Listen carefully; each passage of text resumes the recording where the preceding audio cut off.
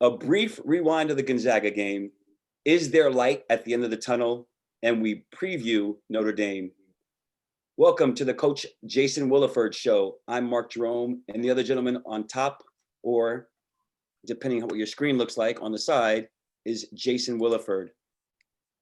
Thank you, everyone, for joining us. Coach, extended day for you. We appreciate the flexibility. We know you just got into Indiana. It's late where you are. It's late where I am. How you feeling? It's just late, period, Mark. I'm good. I apologize for being late. We got in, there was a delay with the plane. Then we had dinner once we got here.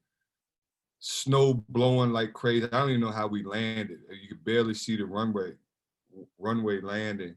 And then we had dinner, watched film as a team, and then we met as a staff. So I'm just really just getting back to my room. So sorry about that. We appreciate your flexibility. I know it's been a really long day. What time did you guys end up leaving today? We wheels up. It was about,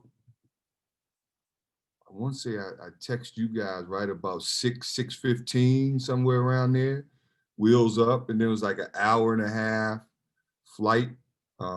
And then just trying to get everything onto the buses with all the snow, and sat down, had a meal, like I said, watched film. And so it's been a long day.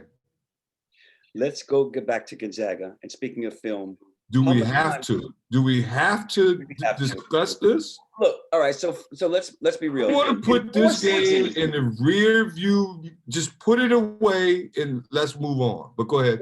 Let's talk about it for a minute. I'm a big in the last 3 to 4 years, how many times have you guys lost badly? I can think of Purdue last year. I can think of Florida. I can think of UMBC. Right? Yeah, but at least those were postseason. We got to the tournament, Mark. We keep this up. There is no March. We keep this up. Not Purdue last year, but Purdue was early. So I can recall, since I've been here, Purdue last year, and then the Tennessee game, when Gill and Brogdon and those guys were with us. We were at Tennessee, and it was kind of the start of our blocker mover. We evolved to that offense, and that obviously has worked well for us to date. But prior to that, Tennessee put it on us. It was ugly. So we've had a couple of those. The only other one I can think of in the last 4 years is at North Carolina. Wasn't quite the same though. But they dominated the game. Yeah. Right? It was a struggle. It wasn't a 50-piece. No. I mean, that Gonzaga game felt like I got beat by 100. I mean, it was awful. So what was the problem? Let's go back for a second. You've talked about this team right before the season started, and your big concern was defense. Yeah. The defense is not ready. There's not an athletic big. Guys haven't had enough time to gel, and we're not there yet. And I obviously, you saw all of what have been my concerns. And I thought defensively we struggled. And then I just thought, obviously we struggled defensively, but I thought there were guys that just had deer in the headlight looks, and it was a big stage for a lot of guys, first time competing at that level against that caliber. I shouldn't say that level, but that caliber of team. And before they jumped on us. So before you know it, it's already a 10, 12-point game. We turned the ball over. I want to say we turned the ball over our first 3 or 4 possessions. I mean, it was ugly. And so just not a good way to start a game, especially against that type of team. But give them all the credit. Offensively, I don't know if I've seen a team with as much freedom and kind of just it's almost like they've been playing together for 3, 4, 5 years, all of them. I mean, they have gelled offensively.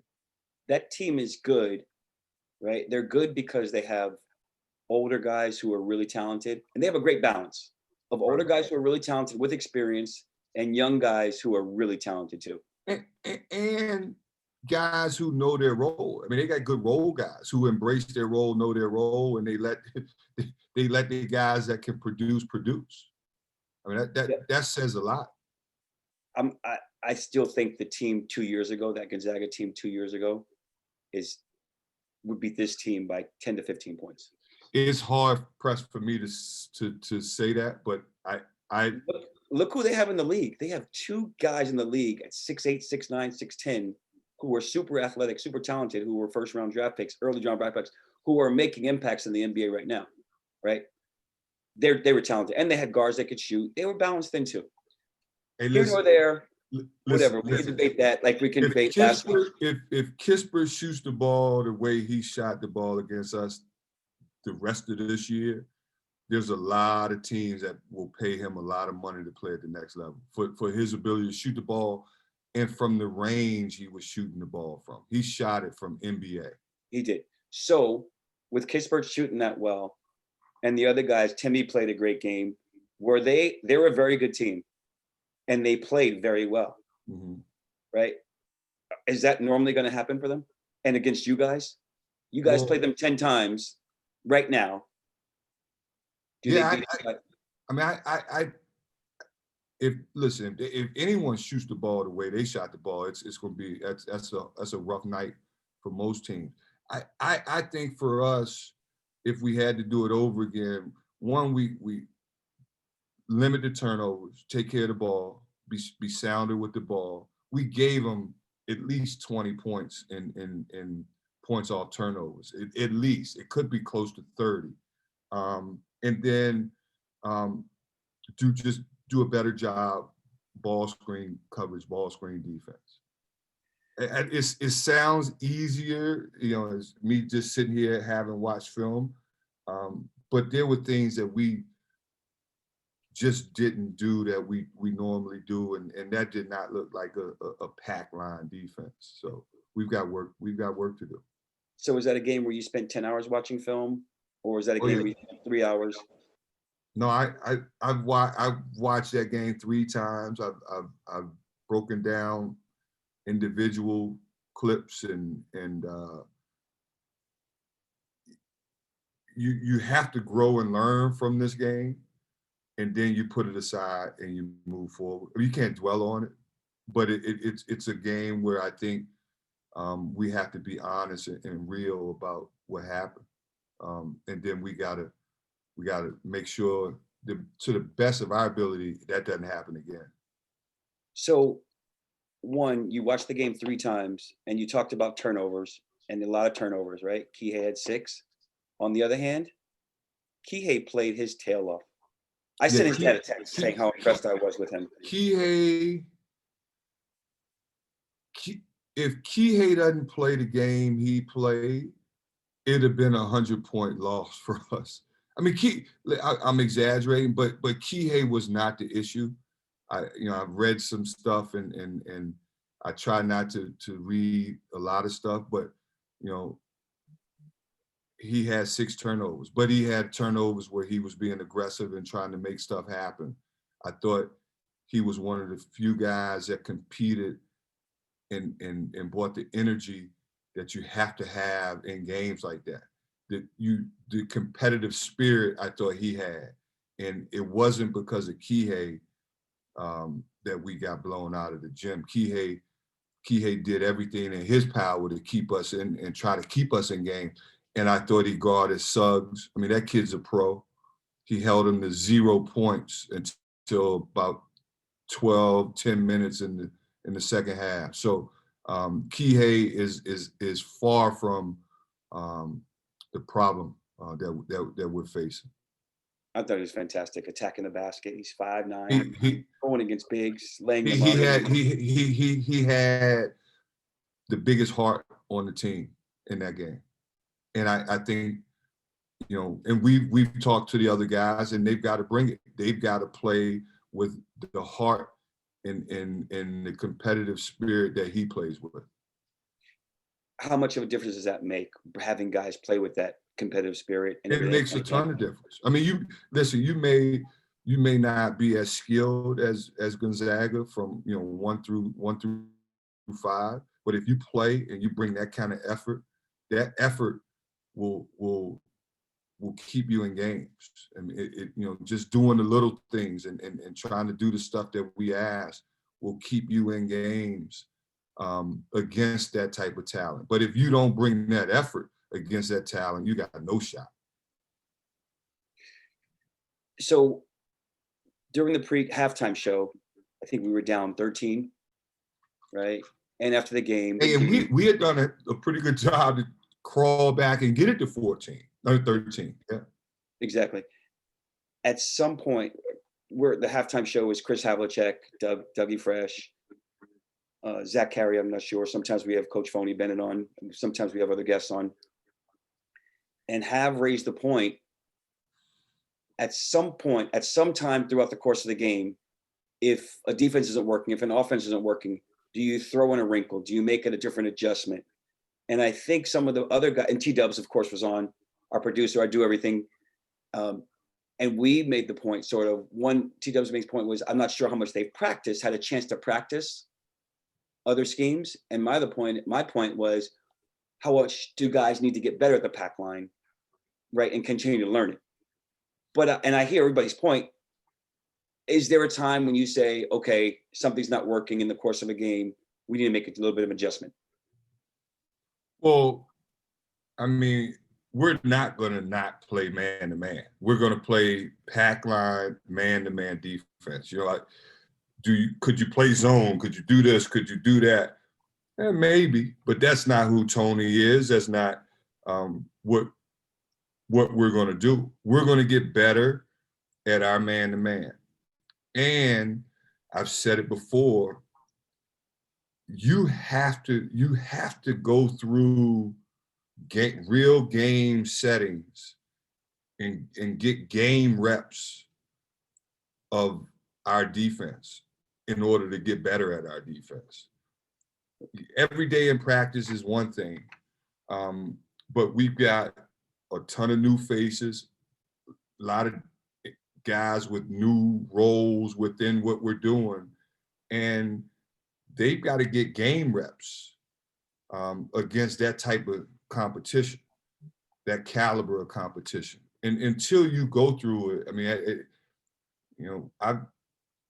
Coach Sanchez and I have talked over the years. I mean, it takes about a year before those guys truly understand and get it. I mean, I don't know if you talked to Ty about it, but I mean, Ty didn't get it his first year right away. It takes some time. It takes some getting used to. But we need that learning curve to be expedited for these guys, because we miss Braxton and Mamadi. I mean, we miss that type of guy on the floor who could guard multiple spots and do some stuff. And so, in not having that type of athlete, we've got to be really good in our position and understanding of our pack principles. One of the things that T-Dubs raises all the time about the pack line and just help defense man-to-man, and some of the things I've talked to Ty about is, and T-Dubs spoke with Devin about it quite often, instincts, right? Guys just being ready to rotate, right? Based on instincts. The anticipation is where the reps come. The more reps, the more you begin to anticipate, and you can move quicker, and yeah, all of that. All right, so can it be fixed? Yeah. It ain't doomsday. And listen, it was one game against a really good team. Now, if Notre Dame comes out and they spank us by 50 and Virginia Tech spanks us by 50, then we can maybe start talking doomsday scenarios. But until then, we're in the gym. We're working on all of that, and we'll be better. We'll be better for having gone through that. Yep. All right. In addition to Kihei, can you think of other bright spots? Like, I think Caden, his aggressiveness was tremendous. He made a diving deflection at one point. That was remarkable. No question, Mark. I clipped some of his effort plays and sent him some video. And I mean, he tips a ball out. Trey Murphy hits a three. Like just being active. And knows he was a bright spot, obviously. I thought McCoy played hard when he got some minutes when he came in. I mean, those guys, it was just a different energy when they were on the floor. You know, unfortunately, we didn't shoot it all that great, but that was, you know, that they played good defense and they shot lights out. So the shooting will come. I mean, we got good shooters. Jay's a shooter, Sam's a shooter, Trey's a shooter. Those guys shoot the ball well. It's just a matter of getting them better looks and different opportunities. But I think they're all still, we're still trying to figure out pieces, and I think they're all just trying to figure out how they play and gel together. After the game, what was the mood like? Were guys completely demoralized? Were guys angry? Were some guys upset? Were some guys like Kihei said it? Kihei is the one guy, well, Jay too, right? Were the two guys that have won a national championship. Like, how many people can actually say that in their life? Very few. I don't know what the percentage is. Maybe it's very few. 1%, less than 1% that have ever played college basketball. How many teams are in college D1? 350, 355, 360. One team wins the championship every year. And look at how many teams have won multiple championships. I mean, there are very few schools and programs that have won. You know, so very few kids have gotten the opportunity to do that. It's special. So with a guy like Kihei, who's clearly intense and clearly super competitive, who experienced such success his first year, right. Now his team is struggling. And he seems like after last game, he may be emerging as the leader of this team. Right. Right? What was his mood like after the game? I mean, obviously we were all disappointed in the performance. He even jumped the guys at halftime. I mean, he showed those leadership qualities that you want to see. It was disappointment, but there was also a sense of, hey, keep your heads up, let's stay together. And that's who Tony is. I mean, we're going to work and figure this out together. But it was a quiet locker room. I thought there was a whole lot of, you said it, some self-reflection going on in that locker room. Like, okay, let me step back and look in the mirror. And, individually guys have to look at themselves and, take some ownership. But then collectively, we got to stay together and be ready to grow and learn from that. Yep. What words were offered to somebody like Jay when you said you looked at film and you spoke to some guys privately or sent? It's just be assertive and aggressive, and that's what I've been saying to him. And I think he got frustrated, obviously, with the fouls. But there were times, I think, when he made assertive plays, okay, that's who we need to see that and be that more consistently. And I've talked to him, Tony's talked to him, but just being aggressive. Yep. And looking for your opportunities. And quite honestly, let's throw you the ball down closer to the paint on the block and let you got post moves. You can go to work in there. And so I think we're going to try to do that. I don't remember the exact sequences, but I thought Jay started out really aggressively. He had 2 blocks. He had a great low post move, and he was about to make another low post move when a help defender came over and stole the ball from him and may have bumped him. But it looked like he was I was just happy he was aggressive. Yeah. Really. No, but his his rim protection was also a positive in that game. He protected, he came back, blocked shots. I actually thought that fourth foul was a bad call. I thought he met the ball, met him up top, and got all ball on that. But again, that's neither here nor there. Right. It's still, at that point, it was a 30-point game, so it really didn't matter. Two things about players. One, I thought a couple of guys looked like they weren't, like it was a big stage, playing number one team, and sometimes that could be nerve-wracking as heck. No doubt, Right? no doubt. That's scary. That could be, guys are going out there for the first time, national TV. I don't know, scary, but more or less, there were nerves for sure. Some nervous jitters, but I'm reluctant to say our guys were scared. There were nerves. Okay. I also want to make the point that I'm upset with the fan base using social media to be critical of 18, 19, 20, 21, 22-year-old kids. That really I try not to read all of that, Mark, and I've got my Twitter and I've got my Instagram and I'm on Facebook, and I happen to click on stuff and I'll catch it from time to time. I see some of that stuff, and it goes with the territory. I think is you have to have thick skin.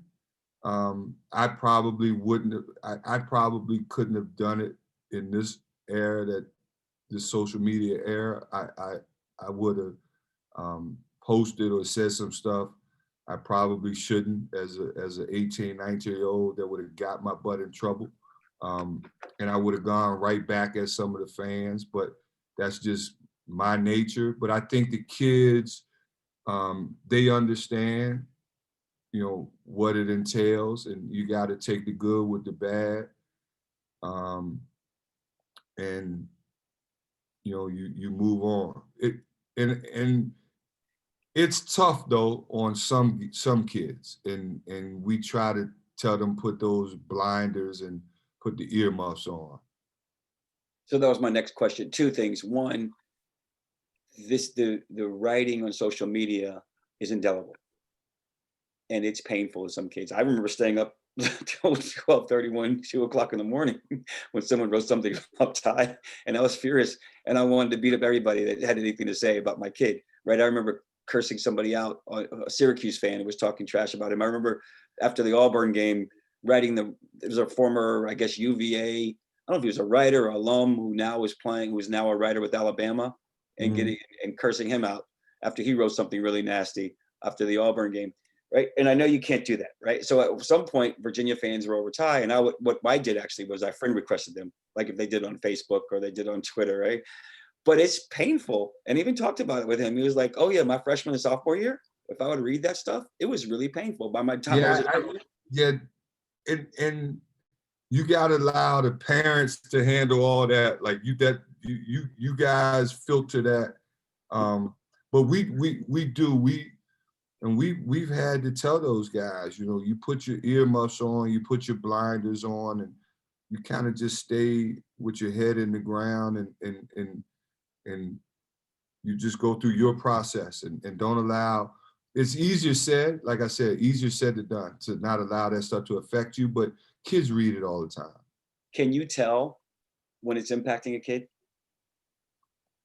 When the social media criticism is having an impact on a kid? I think you can tell when the kid is not himself. I don't know if I always associate that with the stuff they're reading on social media. I mean, these kids got. I mean, they're going to class. They've got all you got all kind of stuff you're trying to handle, girlfriends and school and family issues, and forget. We hadn't even talked about social media. Now you got to add that on top of all the stuff that they got to handle. So you definitely could tell when there's something off with a kid, but I don't always equate that to the social media. Sure.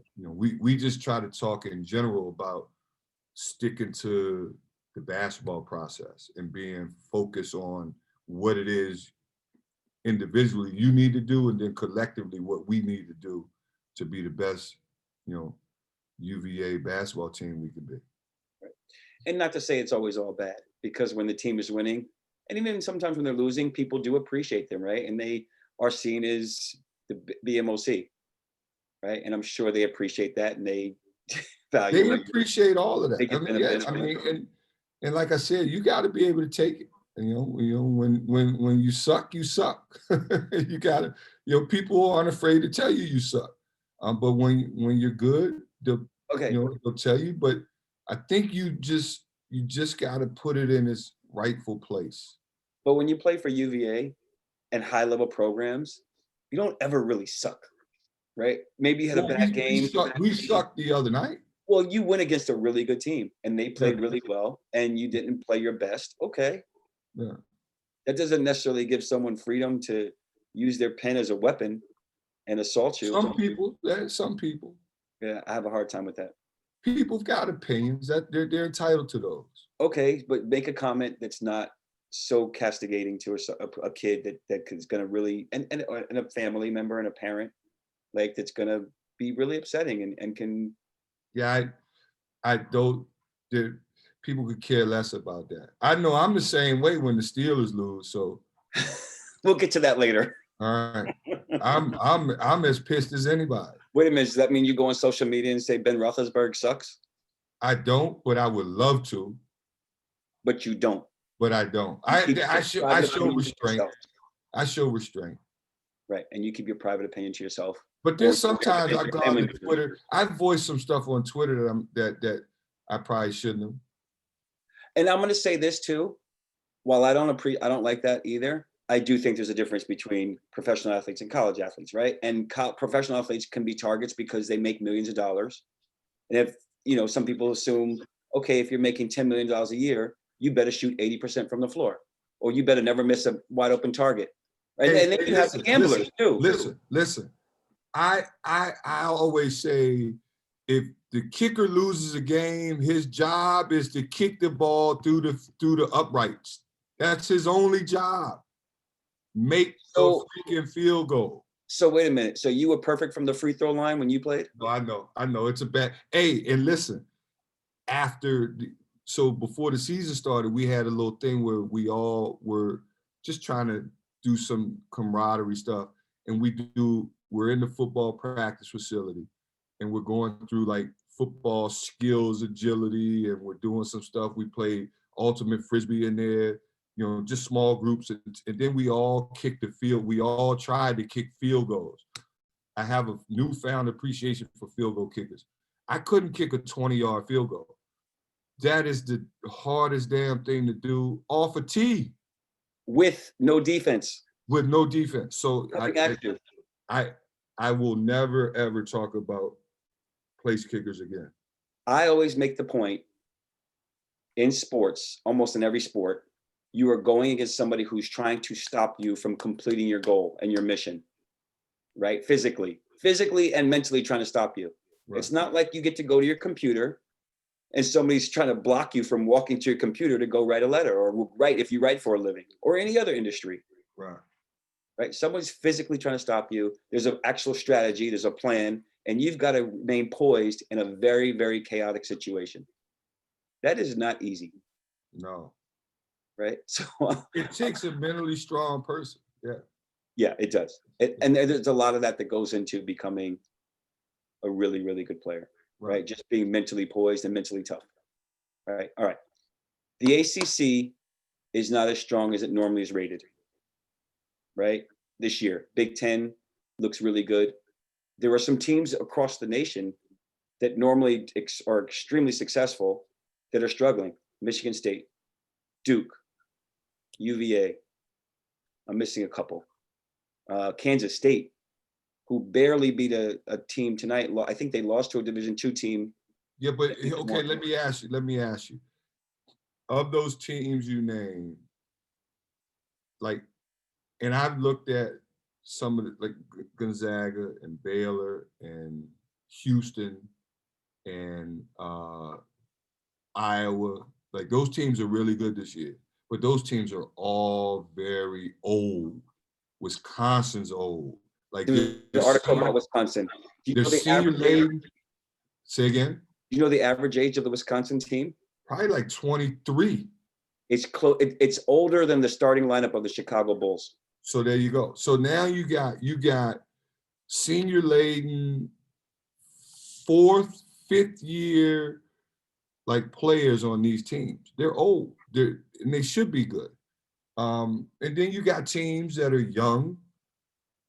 In addition to Tulsa beat Houston tonight. All right. And I just sent somebody a text saying Houston has a good chance to go to the Final Four. Hey, but listen, in a year where COVID and you don't get as much practice and teams have gone on pause and shutdowns for weeks and couldn't get in, and those younger teams have suffered for that. A lot of teams that would have gone on foreign tours and you get extra practice, and so we were one of those. We were supposed to go to Italy this year. So, there would have been practices where you're getting competition to see what the pack line looks with these groups and how we're gelling off it. You just don't get that. So no excuses, but early in the year, you see where teams are struggling. And I think all of those teams will be different, 10, 12 games into the season. So T-Dubs, thank you very much for posting that, the upset alert or the upset posting of Tulsa beating Houston. I was watching Virginia Tech play Miami earlier, and both teams are fairly young. Some of them have experience, but there are a lot of freshmen and sophomores on the court. And I'm looking at and I'm watching the game, I'm like, they're making bad decisions. They're throwing the ball away. The defense isn't great. Guys are jogging back on defense instead of sprinting. I'd be having a heart attack if I were a coach. I was scared Larinaga was going to lose his mind but that's where I think having to learn how to win, having to learn what was good in high school and AAU may not necessarily work at this level. And you got to figure out, like, I can do these things, but that ain't, I need to improve in these areas in college in order for us to win. It ain't just be out there and I got skill and I can take my guy off the dribble. And that looks good. But there are more things that you have to be able to do that go into winning and being productive within a college team in that college setting. And I think a lot of those things take time. Kids have to learn, the importance of those little things. We were having that conversation, I think it was either on our Sunday brunch podcast, Havlicek, T-Dubs, Zach Carey. I don't think W is with us. It's on our podcast. And I think it's been posted. And we were talking about, and I think I mentioned on the podcast, or I may have mentioned after or before, I can't, days have been crazy, right? I was in Oklahoma City for a little bit, got tested there and got tested when I came back to New York. I was mentioning, I said, high school kids aren't as prepared now as they were, right? And it's the AAU camps, which 5-star and a lot of other camps where kids are going to, were learning the game in the summer. It wasn't, they were just playing AAU, and the top AAU teams don't practice that much because guys are coming from other states, guys are in prep school, they don't have a chance to play together.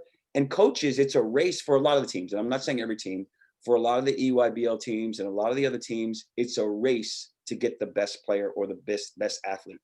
And not many people are spending time and saying, this is how you play man to man. I can't tell you how many practices I've seen, high-level high schools or coach college, or high schools rather, or AAU programs, and I'm watching them teach defense, and I'm just shaking my head. I'm like, this is not how basketball's played.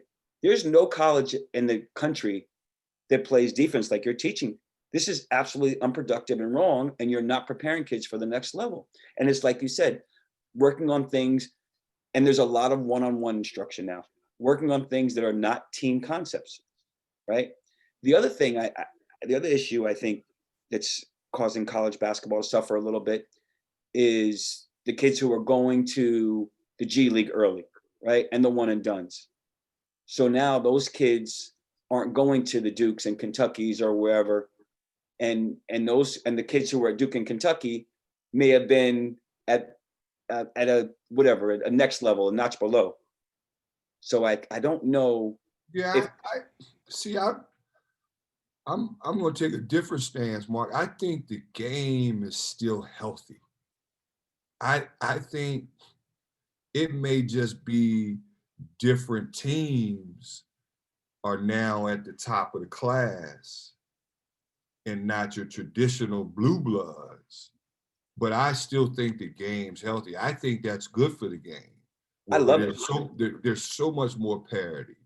And it's always been like the kids that are going to go to the G League, the handful, won't affect the collegiate game. I maintain that because only a certain few can do that. And I think programs are, most coaches are going to recruit and get kids that fit into their culture, their system, their style. Then there are programs that just want the best talent they can assemble and then see if we can get them to mesh and play together. Well, you're seeing that's taking more time.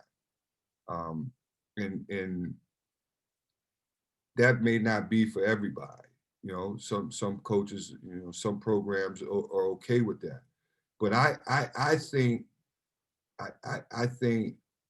the small things and the stuff that you were able to get away with in high school and AAU, you can't because the speed of the game is so much different. And I think kids that, like you said, do the individual workouts and all of that stuff, that's great. But if you're not playing the 5-on-5 and you're not playing against that caliber of player and that talent, the physicality, because I think that's an issue. When you're going up against kids who are 22, 23, in some cases 24 years old, still in college, that's a physical difference from an 18-year-old coming in. And so I think the physicality, the strength of players, and then the speed of the game, kids are having to adjust to. And sometimes that adjustment, some kids learn quicker, but some kids, it takes a year or two to make that adjustment. Now, is everyone patient? That's the issue. Will everyone remain patient? And I agree with you about 5 stars being spread out and not going to the traditional blue buds. Like Stanford got one, Oklahoma State got your guy, Cade Cunningham, Yeah. right? But even still, like if you go back a couple of years and you say, okay, Zion, Cam Reddish, and RJ Barrett, if they decide to go to the G League, right? Duke might have recruited other kids, right? And the other kids who might have gone to Duke now aren't going to the schools a notch below, and Duke's still winning and they're still dominating. There'll be a little bit of trickle down, because of, again, but it's only like maybe 5 of those dudes, right? 5 guys, I think 5 really good players, and if 2 of them are on the same team, that changes the dynamic of that program. Right. You're right. Yeah. Absolutely. Yeah. Absolutely. Right. Anyway, I just contend still that going back to talking about the players, all these kids are really good. They're really good, right? And even if UVA gets blown out by 25 to Gonzaga, listen, I would love to have played for UVA. I went small Division I. I wasn't good enough to play at UVA. Wow. Right? It was my dream to play in the ACC or the Big East, right? Growing up. So I just want people to understand that and just be and those kids are good. First, they're good people, right? They're good players, and they're giving us everything they got. And that, and then again, we live with the results. I've been doing this a long time. And Tony always says, we'll live with the results. What we can't do is beat ourselves.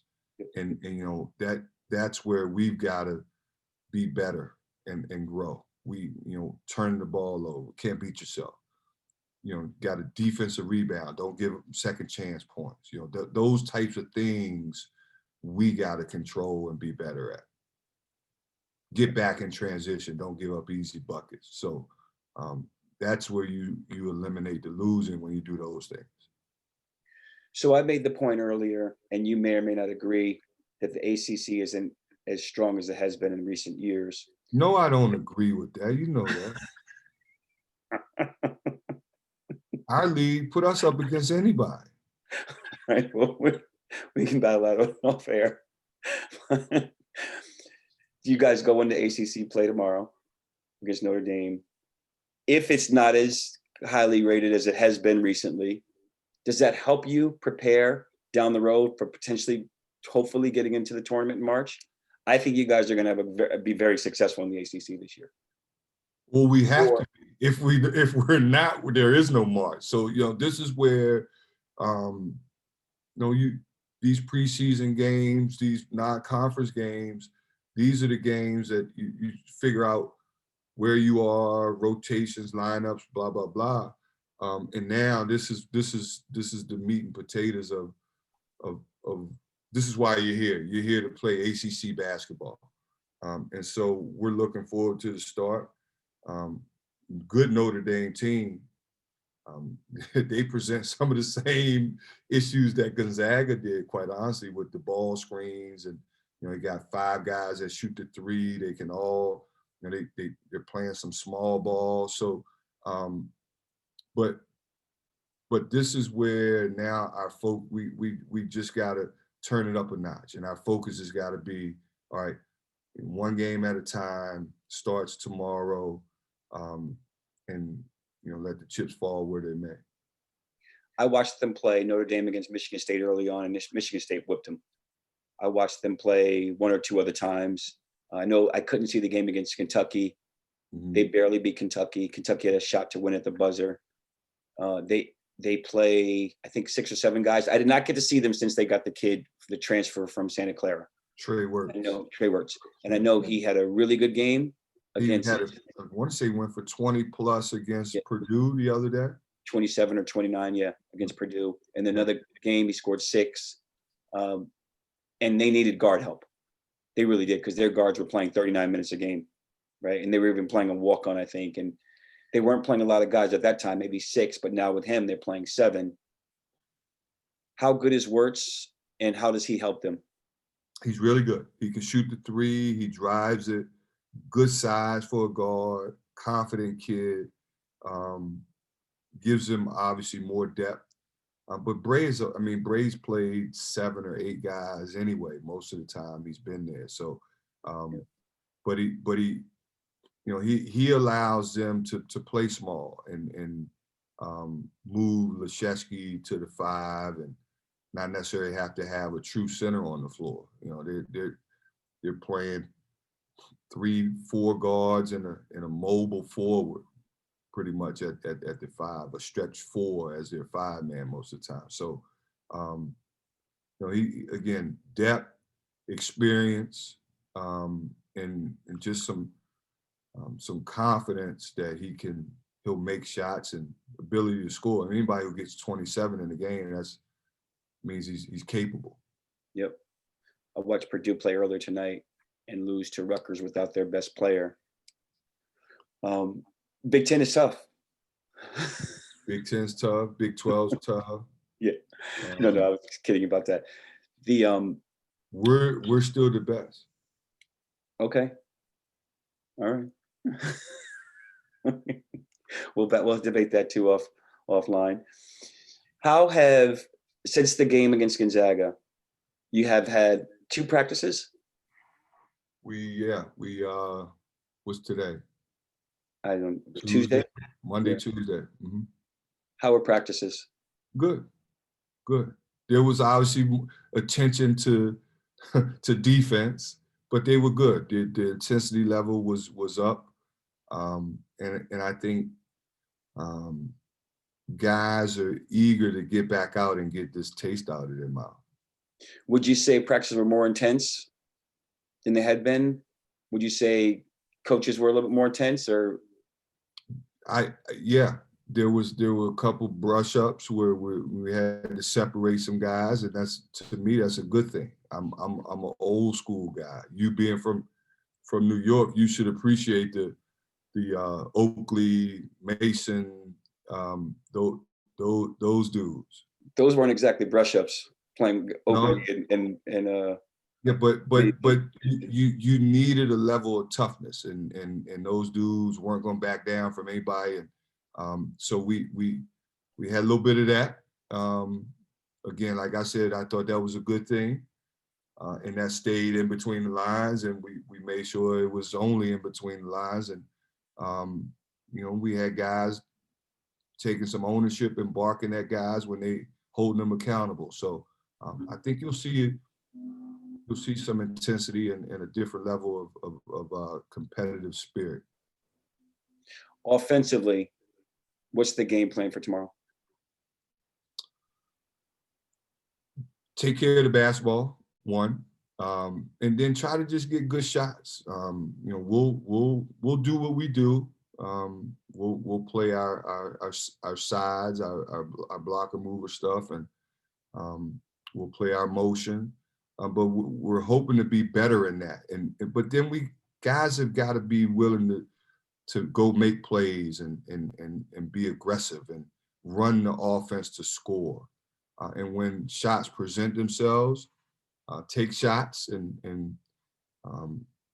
but try to play with a freedom and not worry about mistakes. All right, a couple of questions from our audience. I'm ready. BL Guthrie. Do we have the guys, the personnel to play sides? Yes. We've got to be better at it, but we do. We've got the personnel. Okay. But there are things that you know, we as coaches got to continue to hold them accountable to doing in order for sides to be productive. All right, he's got a part B question. You're getting some tough questions tonight, Coach. All right. Seems like same guy. We have a lot of individual talent. Do we have the guys to form a team that can be successful? Oh yeah, yeah. Again, that's our job as a staff to put those talented guys in positions to play together and gel. But we've got the nucleus for a good team. Now, you know, will we go out and do that night in and night out? Remains to be seen. But I think a lot of our issues are on the defensive side, and when we correct those and we're better on that side of the ball, you know, you'll see a better UVA team on the floor. Okay, this one's from TH3C. Nice to see Jabri in the game. Yeah. What was the motivation there? And has he been showing well in practice? Yeah, he's been practicing. He's been putting in extra work. He's been he's doing his part. Obviously, he hadn't played a lot, but in that game we were searching. We were trying to find a spark, and you know, coach called his number, and just let's see what you can do. And he's got an ability to score the basketball. You know, you know, he's still got to figure out, you know, defensively, you know, where to be at times and to work on those things on that side of the ball. But from an offensive standpoint, you know, he can create and get his own shot. And so at that point in the game, I think it was just let's see what he can do. See if he can maybe make a few shots and stop the bleeding. All right. This one is from Dubs to the Third. What immediate adjustments have the coaching staff emphasized in practice this week and prep for ACC play?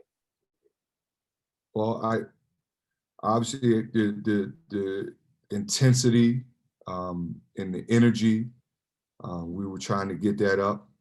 And as a staff, you don't want to have to, you know, you don't want to coach effort. And so we made it a point in practice that you guys are going to get after it, and we want to see that carry over. And I think you'll see a different focus defensively from our group. And then I can't give away all the secrets, but there's some things that we're going to do from a scheme standpoint that'll be a little different, both offensively and defensively. Okay, looking forward to seeing that. And Chris Havlicek, I'm sure will be happy. All right, last question from my man Mason Bryan.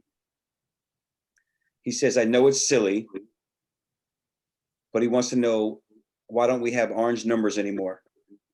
Do we need to change numbers or orange jerseys? I believe it's orange numbers. Okay. Orange numbers. I'll do anything to get rid of that bad Gonzaga taste. So if we got to go get orange numbers, I'll talk to Althoff and make sure we get orange numbers. Whatever. We need good karma. You see, I got on my Final Four. I've been rubbing that mark. This has been on. I've worn this now 2 straight days trying to get the karma to come from that team. So if we got to go orange numbers or orange uniform, Tone won't do orange uniform. I've been begging him, but we lost. I want to say our first year, we had a neutral site. It was orange, and we were at Duke, and we lost in those. I don't think we've worn those since we lost to Duke. Is he superstitious about it? He says he's not, but there must be a reason we don't have orange uniforms. All right. So and you think that I'm gonna leave it at that. I just know we took an L in those orange uniforms, and we hadn't seen orange since. So I'm gonna say, all right. You gotta have white for home and blue for road, but you need a little neutral site. Maybe that's what we should have worn. We should have wore orange, and it would have been a different. We were in Texas. That was neutral site. Yep, and maybe we can get my man to draw up some nice uniforms, and maybe T-Dubs my man Mason Bryan, and maybe he can design them, and then Tone might say, "Oh, look at these." You know what, Mark? The crazy thing is, I'm looking at Ty's jersey and I see the orange number. I wouldn't have known that the numbers weren't orange. Like, I haven't paid any attention to it. Right. Yeah, that's something that T-Dubs pays attention to, and all the little details that I'm just like, dude, I just want to see a good game. Right. I don't care if I didn't know. I did not know. Converse. I didn't know. I had no clue the numbers weren't orange. So that's news to me. All right, good question, then, Mace. It wasn't silly. All right, let's get to some fun stuff.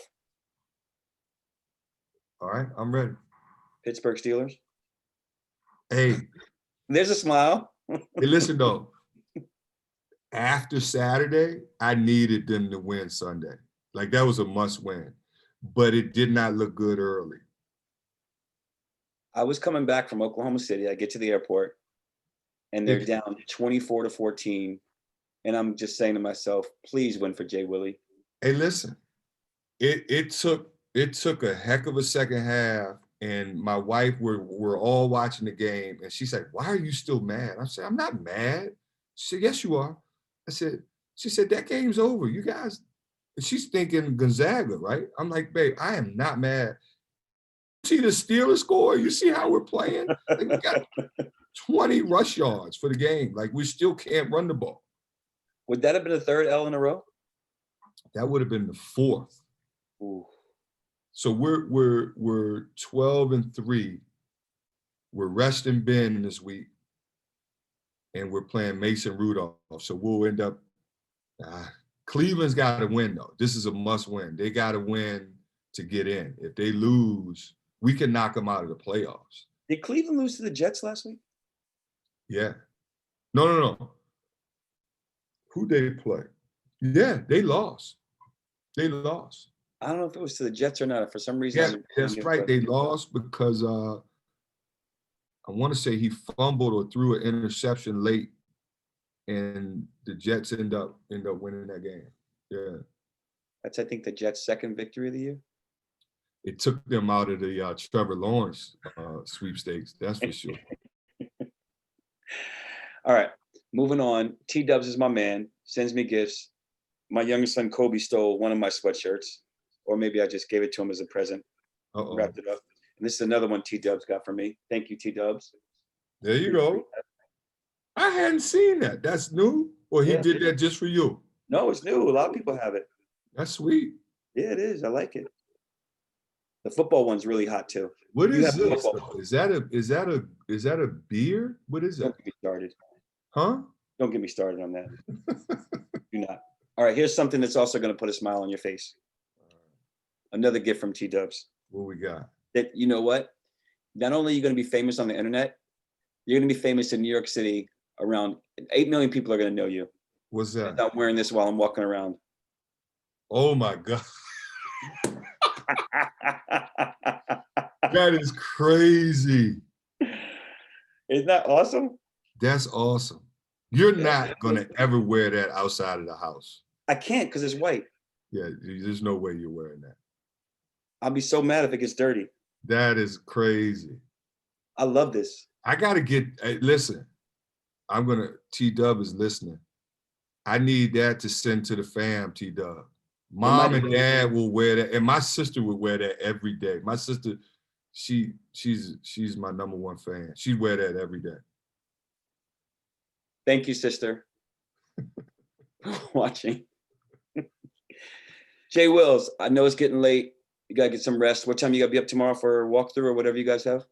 Yeah, I don't even know, Mark. Whenever Ronnie makes the the wake up calls, we'll breakfast. We'll have a little walkthrough. Game's at 6, I think, if I'm not mistaken. So it's an hour earlier. So yeah.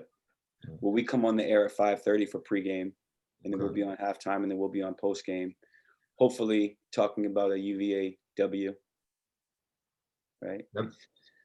I'm gonna put it out there. I'm putting it in the atmosphere that you guys are gonna be talking about that. So we appreciate it. Absolutely. And I may try to come to the game on Saturday if I can get a press pass. Speaking of, you weren't able to get to Fort Worth. You were in Oklahoma. I know it. Ty had treatment. We're trying to recover.